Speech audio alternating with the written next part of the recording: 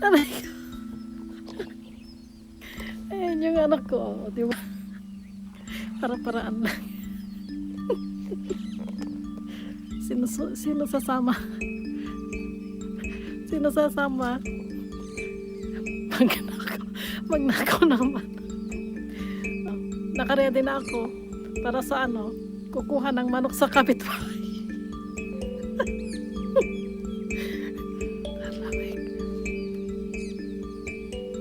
Tulog na yung mga kapitbahay. Ipasok mo na nakatambak sa bitupi. Hindi ko na tinupi sakit. Ang kinuha ko lang sampayan kasi may sasampay na ulit. Anya, timbang gagab sa tayo. Oh my God.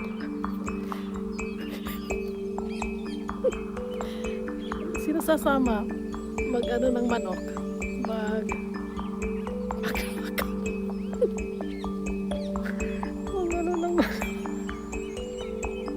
Sabi ko, likas Katya, pupunta tayo mag-ano ng manok sa kapitbahay, kumanguha ng manok. Naka-ready na ako. Diba? Naka-jacket naman ako, pero naka-chinelas. Naka-chinelas ako.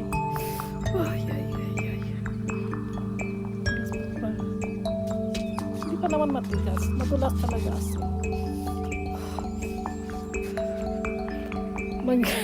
Magpait.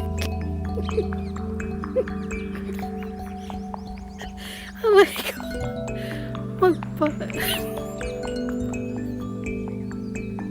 Hindi magpait itlog ng manok, kundi manguha ng itlog ng manok. Oh my God. Hindi mo narinig na frozen.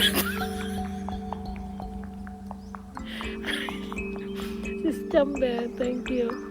Okay. Oh God. Imukat ako. Okay, bye-bye everyone.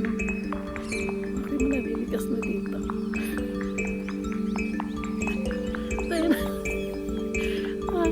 Yung itlog munod.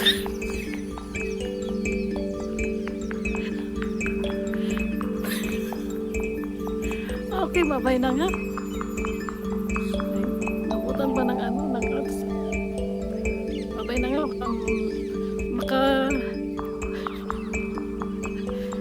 makautot pa ako dito. Okay.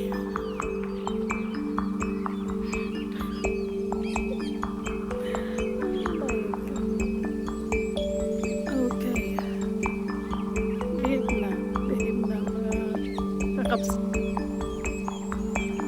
Abad sa maligam-gam na tubig. Okay, bye-bye na nga. Baka ako pa ang anuhan ng kapitbahay na nanguha ng itlog.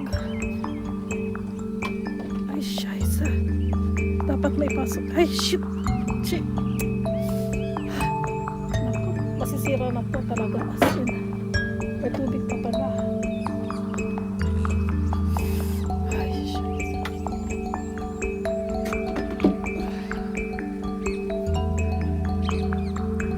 Nung narinig pala palad mo lang yan.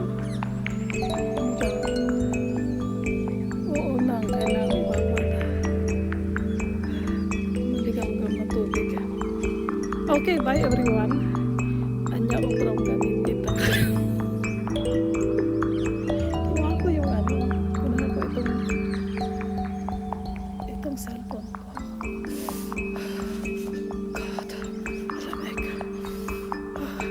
Okay, bye na. Hi everyone. Maraming salamat sa paharang ha. Good night everyone. Ayan, for everyone.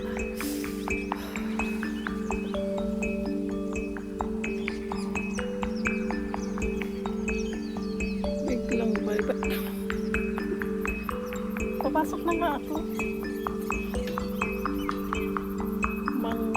Mga ala itlog, diba?